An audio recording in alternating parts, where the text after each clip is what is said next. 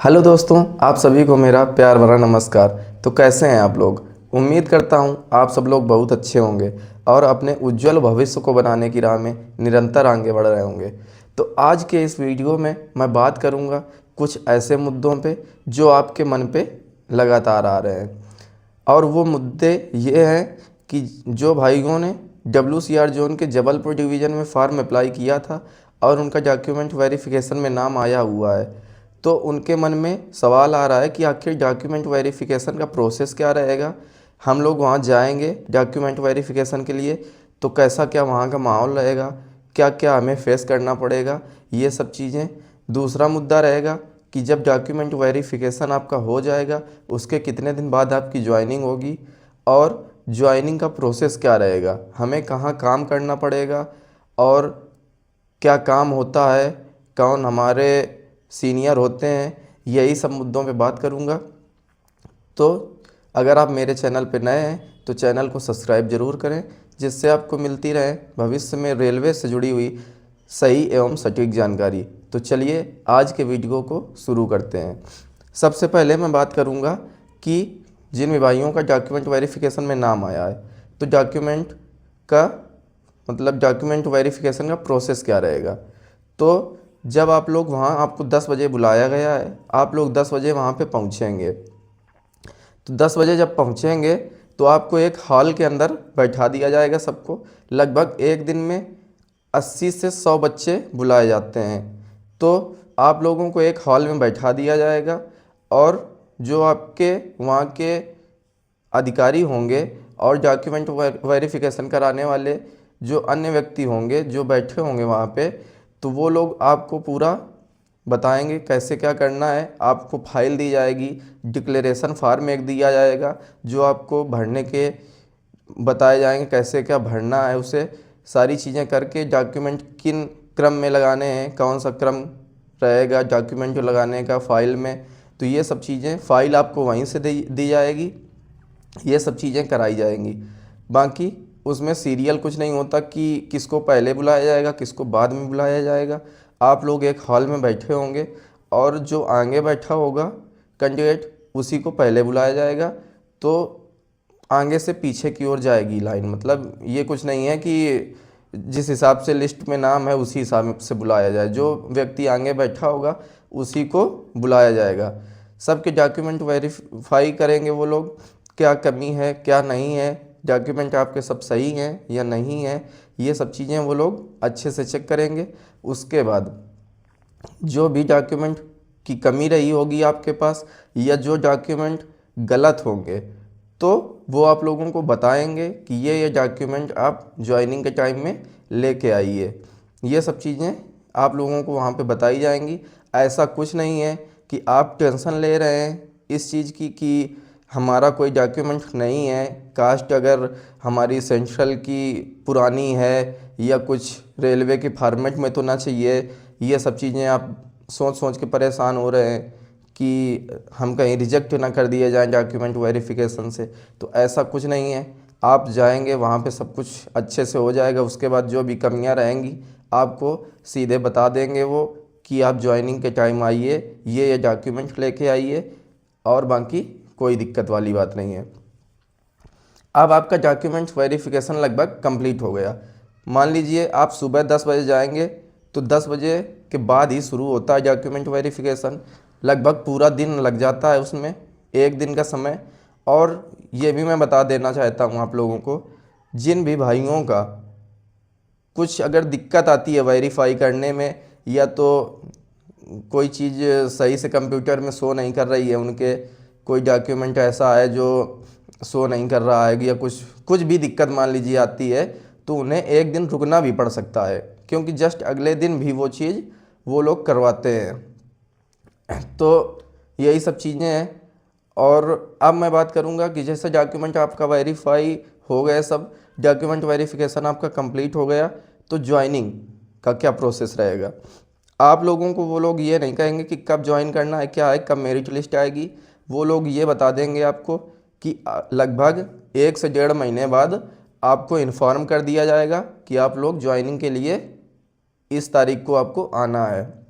बाकी exact time आप लोगों को वो नहीं बताएंगे कि आपको 8 तारीख को आना है कि 10 तारीख को आना है, ये उस टाइम कुछ पता नहीं चलेगा।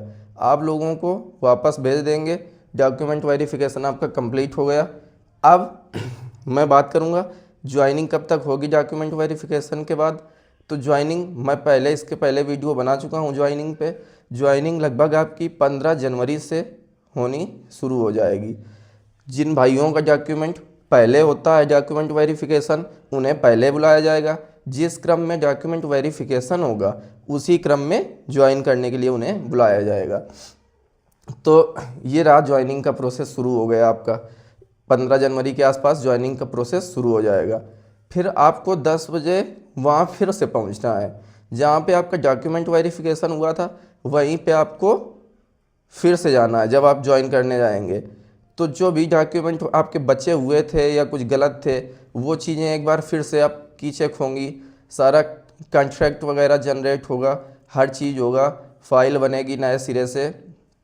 फिर आप लोगों को पूरा मतलब जो भी बाकी रह गया होगा आपका पिछला, या तो पूरा कहाँ पे आपको भेजना है, ये सारी चीज़ें उसी दिन तय होंगी वहीं पे, जो भी बच्चे ज्वाइनिंग के लिए जाएंगे। तो अब ये सवाल सबसे बड़ा उठता है कि आखिर हमें जबलपुर डिवीज़न में नाम हमारा आया है तो क्या हमें जबलपुर डिवीज़न में ही काम करना होगा या अन्य जगह कहीं, ये सवाल है। बहुत से साथियों को पता नहीं होगा शायद कि उनके मन में यही है कि जबलपुर डिवीज़न में नाम आया है तो जबलपुर में ही हमें काम करना पड़ेगा।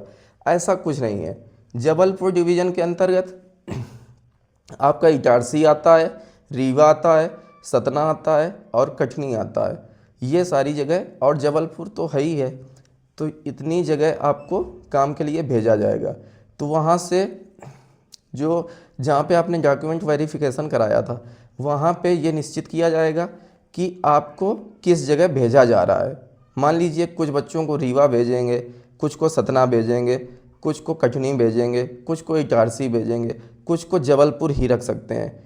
तो ये सारी चीज़ें क्रम वाइज होंगी कि जो बच्चे आते जाएंगे तो उसी हिसाब से, जैसे पहले सतना भेजना शुरू किया तो सतना में जब वैकेंसी फुल हो गई उनकी, ट्रेड वाइज भी भेजते हैं कुछ, तो जैसे सतना में फुल हो गई फिर उसके बाद रीवा में भेजना शुरू किया, इटारसी में भेजना शुरू किया। इस हिसाब से जो सबसे ज़्यादा कैंडिडेट भेजे जाएंगे वो आपके कटनी में भेजे जाएंगे। कटनी में क्योंकि बहुत सी बड़ी बड़ी सेट हैं, 3 सेट तो काफ़ी बड़ी हैं जिनमें बहुत से कर्मचारी काम करते हैं, तो वहाँ काम ज़्यादा है, इस वजह से आप लोगों को कटनी भेजा जाएगा सबसे ज़्यादा। बाकी अब मैं बात करता हूँ, वहाँ पे आपको सुनिश्चित कर दिया जाएगा कि आप लोगों को इस जगह जाना है। तो वहाँ से एक फ़ाइल बन के आप लोगों को मिल जाएगी। जिन भी कैंडिडेट का सिलेक्शन हुआ होगा तो आप लोगों को जब फाइल बन के मिल जाएगी उसमें जो सेलेक्टेड कैंडिडेट होंगे उनका नाम होगा।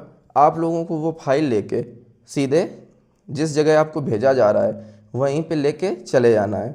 वहाँ पे जब आप लोग पहुँचेंगे तो जहाँ पे आपको फाइल लेके भेजा जाएगा वहाँ जो अधिकारी होंगे आपके, वो सुनिश्चित करेंगे इस चीज़ को कि आपको कहाँ पे काम करना है, कहाँ काम नहीं करना।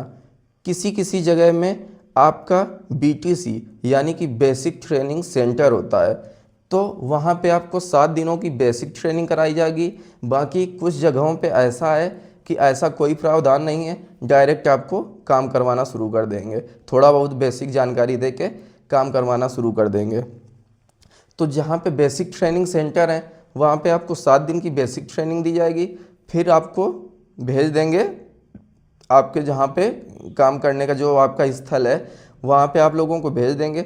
वहाँ पे जैसे कटनी में आपको भेजेंगे तो कटनी में जो सेट बनी है वहाँ पे जब भेजेंगे आपको, जबलपुर से ही ये हो के आता है सुनिश्चित कि आपको, जैसे कटनी में मान लीजिए 3 सेट हैं, तो जैसे TRS हो गई, एक हो गया डीजल सेट, एक हो गया ROH, ये इस तरह के सब सेट बने हुए हैं। तो जबलपुर से ही ये चीज़ सुनिश्चित होके आती है कि आपको डीजल सेट में काम करना है कि TRS में काम करना है, ये हो गया। तो आप बेसिक ट्रेनिंग जब कंप्लीट कर लेंगे आपको जहाँ पे भेजा गया है वहीं भेज देंगे वो लोग 7 दिनों के बाद। तो जब आप जैसे डीजल सेट पहुँचे या जिन बच्चों को डीजल सेट भेजा तो डीजल सेट पहुंचेंगे, जिन बच्चों को टीआरएस भेजा टीआरएस पहुंचेंगे। तो जब आप लोग वहां पे पहुंचेंगे, वहां एक टाइम ऑफिस बना होता है। टाइम ऑफिस में जब आप लोग जाएंगे अपना फाइल लेके, तो वहाँ पे फाइल नहीं, जो बेसिक ट्रेनिंग सेंटर से जो आपको एक प्रिंट आउट मिलेगा, उसमें सब कैंडिडेट के नाम लिखे होंगे, कौन कौन कैंडिडेट हमारे यहाँ से बेसिक ट्रेनिंग सेंटर से बेसिक ट्रेनिंग करके कंप्लीट करके जा रहा है। तो जब आप लोग वहाँ पहुँचेंगे तो जो टाइम ऑफिस होता है वहाँ पे ये बताया जाएगा कि आपको कौन से सेक्शन में जाना है। सेक्शन बने होते हैं सेट के अंदर, सेक्शन में आप सेक्शन सुनिश्चित करेगा टाइम ऑफिस आपका, जहाँ पे टाइम ऑफिस बने हैं। तो टाइम ऑफिस आपका सेक्शन सुनिश्चित करेगा। वहाँ से आपको सेक्शन में अपने जाना है, ज्वाइनिंग करा दी जाएगी। किसी को कोई सेक्शन मिलेगा, ऑक्सिलरी है, एओएच है, न्यूमेटिक है, स्टैटिक है, इस तरह के सेक्शन बने होते हैं। तो आप लोगों को वहाँ पे भेज दिया जाएगा और वो लोग ज्वाइन करा देंगे आपको। बाकी आपको बस वहीं पे जो आपके सेक्शन के सीनियर होते हैं, एसएससी सीनियर सेक्शन इंजीनियर और जेई, तो इन्हीं के अंडर में आपको काम करना होता है। और जो टेक्नीशियन होते हैं उनके साथ आप लोगों को काम करना होगा। बाकी ऐसा अगर किसी के मन में विचार है कि मैं इलेक्ट्रीशियन ट्रेड से हूँ तो मुझे इलेक्ट्रीशियन का काम मिलेगा, मैं फिटर की ट्रेड से हूँ तो मुझे मैकेनिकल काम मिलेगा, ऐसा कुछ नहीं है। आपको कोई भी काम दे सकते हैं। इलेक्ट्रीशियन वाले को मैकेनिकल काम दे सकते हैं, मैकेनिकल वालों को फिटर का काम दे सकते हैं। हाल ही में अभी जो टेक्नीशियन की भर्ती हुई थी उसमें भी जो नए बच्चे सेलेक्ट होके आए हैं, तो उनके साथ भी ऐसा नहीं है। जो इलेक्ट्रीशियन ट्रेड से सेलेक्ट हुए हैं उनको भी मैकेनिकल काम करा रहे हैं, जो मैकेनिकल ट्रेड यानी फिटर वगैरह से हैं उनको इलेक्ट्रिकल काम करा रहे हैं। ऐसा कुछ नहीं है, वो बस काम करना होता है। बाकी ट्रेड वाइज आपका इधर कुछ नहीं है। बाकी अगर मैं कहूँ कोपा ट्रेड, तो कोपा ट्रेड में हो सकता है आपको कि ऑफिस का काम दे दिया जाए। सबसे ज़्यादा कोपा ट्रेड में ही सुनिश्चित होता है ये चीज़ कि आपको ऑफिस का काम मिल जाएगा। उसके बाद मैं बात करूं वेल्डर ट्रेड की, वेल्डर में आपको मिल सकता है कि वेल्डिंग का काम मिल जाएगा। बाकी अन्य किसी भी ट्रेड में ऐसा कुछ नहीं है कि आपको कौन सा काम करना है। जिस भी सेक्शन में जिस तरह का काम होता होगा आपको उसी तरह का काम करना पड़ेगा। तो चलिए आज के वीडियो में बस इतना ही। मैं उम्मीद करता हूँ आप लोगों को वीडियो पसंद आया होगा, और मिलता हूँ मैं अब आपको दूसरे वीडियो के साथ एक नई जानकारी के साथ। तब तक के लिए नमस्कार।